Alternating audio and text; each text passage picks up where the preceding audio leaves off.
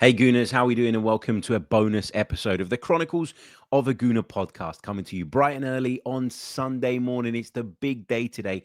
Arsenal kick off their Premier League campaign up at Old Trafford, and I'm about to hit the road. I'm about to head up to Manchester for today's big game. Can't wait to get back into it, hoping that Arsenal can put on a show for us, and more importantly, take the 3 points to give us the best possible start. We talked about it on the preview show at length yesterday. You can go back and check that one out if you haven't seen it or heard it already. Not the ideal opening fixture, it is fair to say. Okay, but with a trip to Old Trafford comes a sense of occasion. And I suppose if you want to look at it through a more positive lens, and if you can, which I can't at the moment, put the nerves to one side, you would say, well, this is exactly how you want to start a Premier League campaign, playing one of your most historic rivals on their patch at a time when we are clearly a better team than them. And if we can get off to that positive start, not only does it kind of send a bit of a statement to the rest of the league, but it really does create a confidence and a good feeling around the camp ahead of the next game, which is Leeds at home next Saturday evening. So, yeah, if we win it, it will be great. If we drop points, there will be some questions asked, won't there? And there will be conversations depending on how it is that Arsenal kind of fall short on the day, if that's to be the case. So, look, we'll break it all down. We'll bring you some reaction from the Old Trafford press box as well a little bit later on today. We'll bring you a short sort of video / bonus podcast from there. And then, of course, on Monday morning, we'll dissect the game in great detail. And we're going to start our brand new Patreon feature, which will be video analysis around our Premier League games. So now's a good time, if you haven't done so already, to sign up to the Chronicles of a Gooner on Patreon. The link is in the description below. Before I get in to the real thick of today's episode, if you wouldn't mind leaving a like on the video and subscribing to the channel, that would really, really help. Okay, just a short one today. I just wanted to react to some news that I read while I was at a championship game yesterday between Watford and Queen's Park Rangers. I kind of had this urge to jump on and share some feelings about it. But I thought, first of all, I'm at another game and I need to focus on what I'm doing and I need to focus on my job. But secondly, I felt that I needed some time to kind of really gather my thoughts around it, because it does feel like with this particular subject, I've been in a very specific headspace for a really, really long time, to the point where I convinced myself that Arsenal were going to sign Eberechi Eze. Yep, that's what I'm talking about. Eberechi Eze looks as though he's closing in on a move to Tottenham. Now, we don't know if he's going to be involved for Crystal Palace today. They take on Chelsea in their first game of the season. And there have been some reports and some conversations online, sort of in which it's claimed that he won't be a part of the Crystal Palace squad. Now, if that's the case, that would show, wouldn't it, that he's very, very close to making that move to Tottenham Hotspur, as it's been reported. It said that personal terms are already agreed. It said that he's keen on the move. We've kind of gone back and forth on this for a little while. You know, first of all, let's talk about the player's suitability to Arsenal. I think Eberechi Eze has flair, has that ability to produce brilliant individual moments. I've talked repeatedly about how I think, you know, he's developed the ability to box crash far more effectively under Oliver Glasner, in scoring more goals and in being more impactful in games. He's grown in confidence and I think has become a really, really good all-round player now. From an Arsenal perspective, the argument has always been, well, where does he fit into the team? And I just think that when you've got lots of really talented attacking players, you know, it's on the manager to find a way of making it work and finding that kind of cohesive pattern. But I don't think you can ever have too many good attacking flair players, particularly when in the past I've said repeatedly that I don't think we have enough of those types. So would he play from the left? That is a possibility.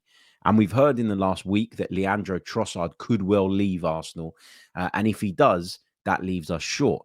I would argue that Arsenal are short anyway, because I think if you are, you know, placing real kind of responsibility on the likes of Max Dowman, for instance, which is something I keep hearing. Well, we don't need to bring in another creative because we've got Max Dowman. The kid's 15 years old, and as great as I think he is, and I really do think he's great, I'm one of his biggest fans. The problem is he's 15 and you shouldn't be, if you're competing at the top end of the Premier League, no matter how big the talent, relying on somebody who hasn't even turned 16 yet. Okay, so that's my view on that. Then there's others saying, well, Eze, not quite a left-sided player, so will probably operate in a more central role, and Arsenal have Ethan Nwaneri to play there on top of Martin Odegaard, on top of all the other midfield options that we have, and so it doesn't really make sense. Again, people keep sort of saying, well, we've got to protect Ethan Nwaneri and we've got to make sure that he's got the pathway. I agree that we've got to do right by Ethan Nwaneri in terms of giving him minutes and giving him opportunities. But if Arsenal want to compete on multiple fronts, there will be plenty of minutes and plenty of opportunities to go around. As far as we understand, Arsenal have not made an offer to Crystal Palace for Eberechi Eze. And it feels like, earlier on in the window when it was, yep, Arsenal are going to come in. They're maybe just waiting for that release clause to expire. It felt like Eberechi Eze was kind of waiting for Arsenal. There was no real progress with any other club. And now, as the window is going into its final couple of weeks, Eberechi Eze has apparently told Crystal Palace that he wants to join Tottenham. Now, people will say that this is a major loss for Arsenal and a major defeat for Arsenal. I don't see it like that because it doesn't appear to me that Arsenal actually went in and made an offer. Arsenal liked the player from everything that we've been reading and hearing, but were they willing to put their money where their mouth is? It doesn't seem like they were, because had Arsenal gone toe-to-toe with Tottenham for Eberechi Eze, the guy's only picking one club.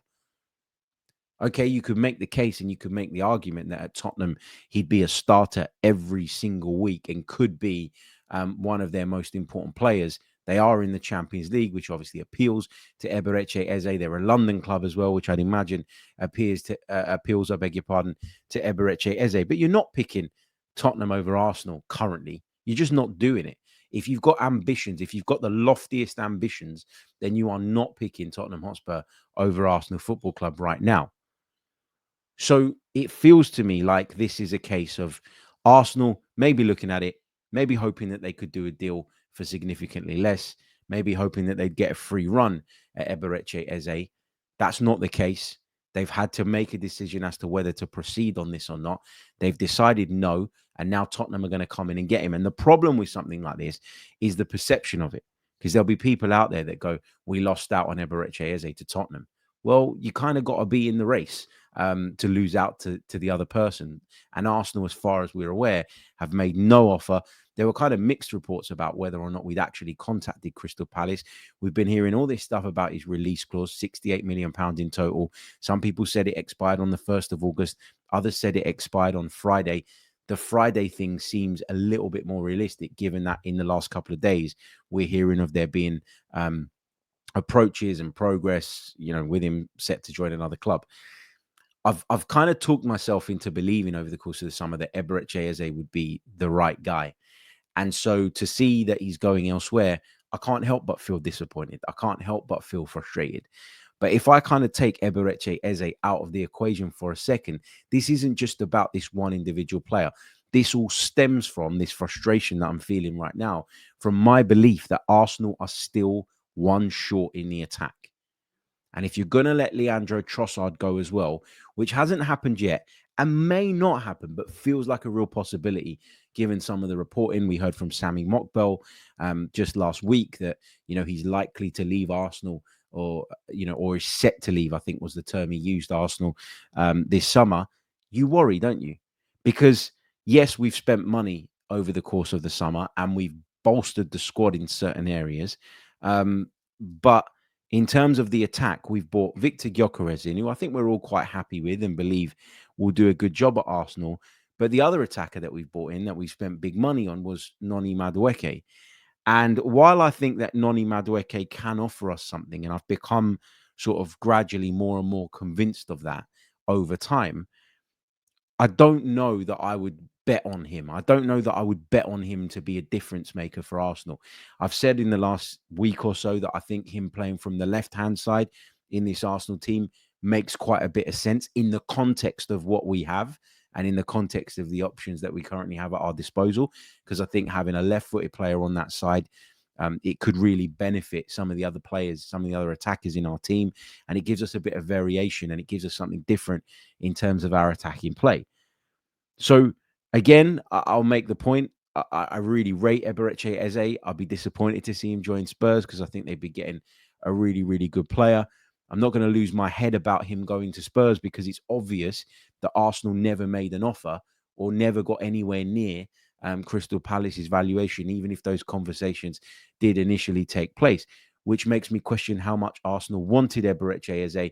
If you're not questioning whether Arsenal wanted Eberechi Eze, then you're going to question why we haven't pushed forward to bring somebody in, because we've clearly got the headroom with PSR. I know that the UEFA rules are different, and I'll be completely honest and transparent. I don't know exactly off the top of my head where we're at with that. And we've been hearing for a while that, we've got to move players out before we can do more business. And that has been, I'd imagine, largely down to needing to kind of get the wage bill under a bit more control, rather than it is about bringing in transfer fees for certain players. So I get why we're at where we're at, but I still feel we're one short in the attack. And we'll talk about this at length and in a lot more detail, I'm sure, over the course of what remains of this transfer window. But to see the guy that I thought we would move for and the guy that I thought would be probably the best fit based on the options that we've been hearing and the names that have been discussed, to see him seemingly heading off to our rivals, when I read it yesterday, it was deflating. It was a bit of a bitter pill to swallow. But again, more than it being about Eberechi Eze, as much as I'm not going to hide the fact that I think he's perfect and I think he's the one, and I think he's the player that we should have pushed the boat out to get. And I would argue that we should have been prioritizing that before we did the Noni Madueke signing, for example.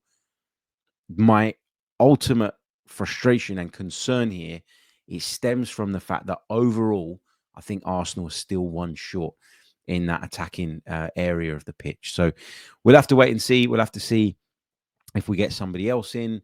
If Arsenal do have plans to go back into the market once again, are we going to see movement involving some of those players that have been heavily linked with a move away over the course of the next 2 weeks? And does that then open the door for Arsenal to be able to go out and get somebody else in who we believe would bolster our attacking options?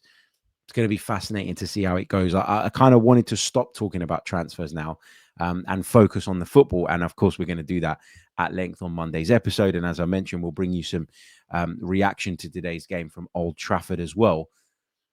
But it's hard, isn't it? Because while the window is still open, you're constantly going to be thinking about what you need and what you don't have. And I think that we still need another attacker. I still don't think we have enough creativity in those attacking areas to be title winners. We have enough to challenge. We challenged last year in the Champions League of all competitions with Mikel Merino up front. This Arsenal team have shown us that they can be competitive regardless of the cards that they're dealt, right? And that is a really good thing, and it's a really great quality that we have. And people will question some of the more pragmatic approaches we saw last season, etc., etc. But we all know what that was down to.